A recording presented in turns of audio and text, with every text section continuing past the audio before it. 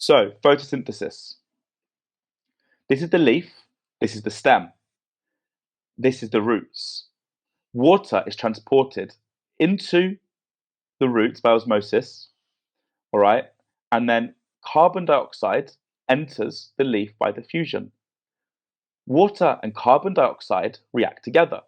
The water and carbon dioxide react together, and it is light that is transferred to the chlorophyll in the chloroplasts. So light is transferred to the chlorophyll in the chloroplasts to produce oxygen, and CO2. Sorry, and glucose, which is the sugar. This is really obvious. If you increase the concentration of CO2, what happens to the rate of photosynthesis? It increases.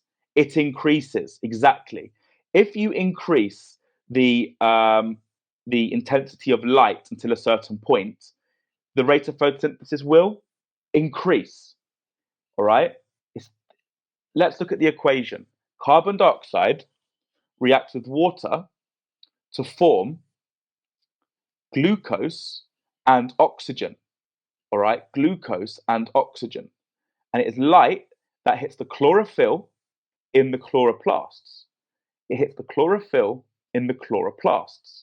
So if you are going to increase the carbon dioxide concentration, more photosynthesis is going to take place.